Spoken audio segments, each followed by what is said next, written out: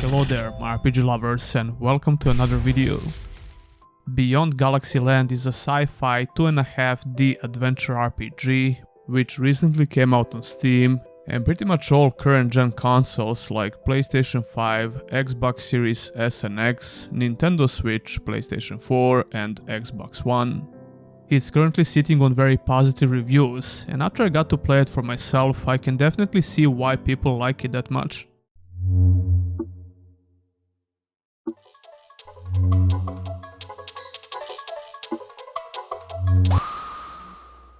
It reminds me of retro sci-fi movies, and it actually pays homage to some of those movies in a cool way.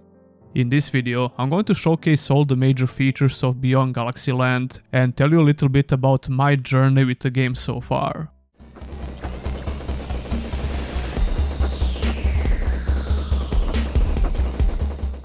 It's a very charming new RPG that a lot of people might have missed, but those who got to play it so far had some great things to say about the game.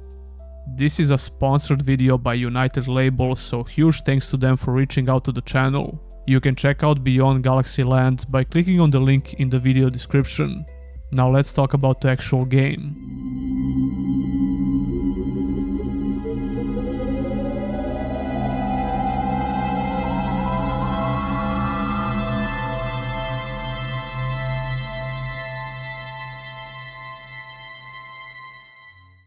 You start the game by playing as a mysterious looking alien, and this little tutorial is only foreshadowing the future events in the game. Shortly after that, you get to play as a guy called Doug, who is actually the main protagonist of the game. Doug has a casual conversation with Rosie until he decides to go in his house and bring out his hamster. The hamster is called Boom Boom, by the way, and he runs away from Doug, so he has to get him back. Things quickly spiral out of control when Boom Boom runs away and Doug gets spooked by some mysterious creature. He ends up in the nearby cave where he discovers a strange mirror which teleports him to a completely different planet. A cute little robot called Martybot explains to him that Earth is being overrun by a force they call the End, and they are setting up portals to rescue some people and preserve them on one of their planets. And it's not just about humans and Earth, many different planets suffer the same fates. Doug can engage different aliens with casual conversation, but of course, not all of them are friendly. He needs to get to a planet called Eros, which should be a perfect place for humans to live. You'll find other humans here as well as some quests. Doug's main mission is to try and save the Earth and eventually the whole galaxy from this mysterious force. He is joined by his companion Boom Boom, and Martybot explains that the hamster has gone through a couple of major changes, to say the least. Long story short, Boom Boom will try to justify his name by using guns in combat. Yeah, I wish my hamster pets would use guns as well, imagine that. Anyway, I started blasting, bang! Anyway, Beyond Galaxyland is very heavy on the story, and I'm going to try and avoid all major spoilers. Doug really wants to go back to Earth and find out if the whole story about the End is true. Before you get to do that, you need to do a couple of quests and get your own ship. This is where the game starts introducing you to some important characters, and you learn what to expect from all gameplay features. I wouldn't necessarily call Eros a tutorial planet, but there are a lot of things to learn about the game in general here. The presentation in the game makes the story and dialogue easily digestible, and I was really curious to see what's going to happen next. There is no voice acting, but like I said, the dialogue is presented very well and it's easy to read.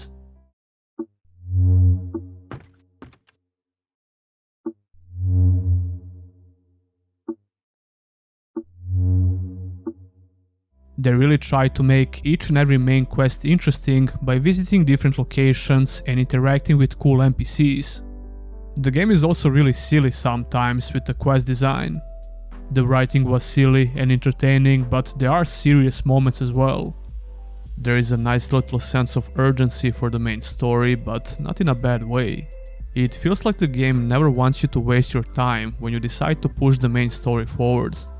Like I said before, the presentation makes the story really interesting, and if you haven't noticed already, this 2.5D artistic style has some amazing scenes.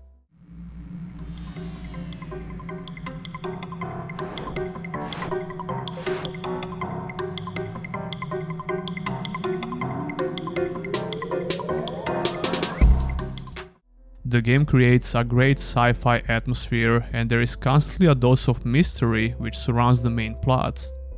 The first big one is obviously about the Earth itself, and that's why Doug wants to go back and find out for himself.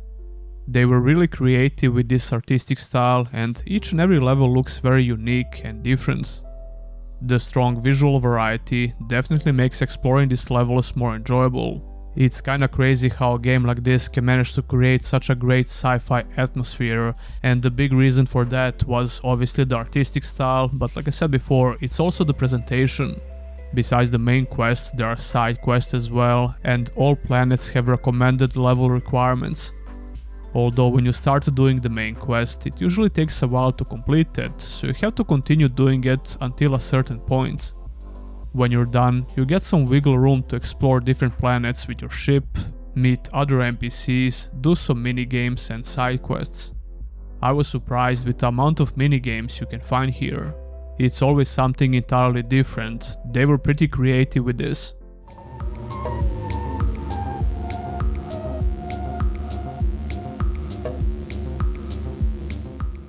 Since Doug is a human who doesn't have a clue about any aliens, he needs to take some pictures in order to learn more info about them. This is one of the first mechanics you get to learn in the game, and it's the only way to get some actual info about different creatures. More importantly, you don't get to see their health in combat if you didn't scan them first. It's preferable if you manage to do it outside of combat, but after a couple of hours you get a scan ability which is usable in combat as well. Beyond Galaxyland is a party-based RPG with a turn-based combat system. It also has some light real-time action segments which are pretty interesting actually. For example, you can do some damage to enemies before you start the combat and get a slight advantage. You start off with Doug and Boom Boom, but as you progress further, you'll get other companions as well. You can have up to 3 companions in a party at once, and some main quests will require specific companions. But the game usually does this automatically, so you don't have to worry a lot. It won't take long for you to get your own ship and do some galaxy exploration. As for the combat, if you played any turn-based RPGs before, you'll know exactly what to expect here. Well, maybe not a hamster with a gun and glasses, but still. Doug uses swords, while Boom Boom uses guns. They both have some regular attacks, which you have to tap a couple of times in a row. When you start defending, you can drastically reduce the damage of incoming attacks by pressing the button at the right time.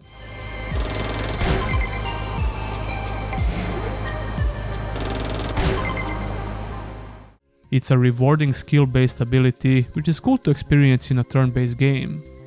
You have a certain amount of action points, which are used for casting unique abilities. All characters have different abilities, and strong abilities will drain almost all of your ability points.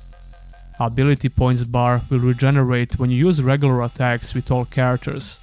It's a resource that all of your characters use, so you have to be smart when using abilities. It's a bit different from the energy points bar or SP, which all characters have. SP is used for another major gameplay feature. Right off the bat, the game teaches you how to capture creatures that you fight. You need to do some serious damage to them in combat in order to try and capture them, otherwise you can fail. The fun thing about this little system is the summoning mechanic that all of your party members get. When you successfully capture an enemy, you get to use their unique abilities in combat, as long as you have enough energy. After you use these abilities for a while, they will level up and you get even more abilities. For example, the Armadillo has a heal, Baby Raptor has a strong lunge attack, but he can also increase your party's strength, Silver Snapper can slow down enemies, and so on. It was very interesting to learn and use these abilities in combat. It can make the simple fights against new NPCs more interesting than usual, because you look forward to capturing them and using their unique abilities in future fights. The combat starts off really simple and easy, but you're going to fight some interesting bosses along the way, and the difficulty picks up in the mid and the late game. As for the itemization, you can equip relics and weapons on your characters. Doug gets new swords, usually when you defeat bosses, while relics are a bit more common. These relics have various effects which can help you in combat. For example, some of them can give you a chance for the counter attack or an extra attack, while others are even more straightforward. They can boost your various character stats. There is a crafting system as well, and you can find merchants to buy materials you need, or potions. Although if you do some exploration and open up a lot of containers, you will never have a problem with the lack of potions, or materials, as a matter of fact.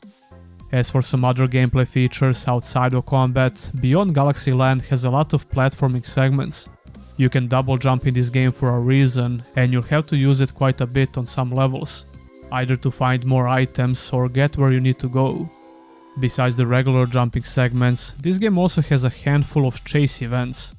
It's another feature that starts off very simple by just running, and later on they combine the chase scenes and the platforming segments, or they put it on a timer. You will also have some traditional puzzles to solve. I don't think these puzzles are that hard, but you can also choose to skip them if you wish. And those will be all the major features in Beyond Galaxyland.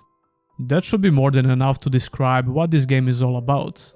If you're interested in checking this game out, I'll have the link in the video description and the pinned comments.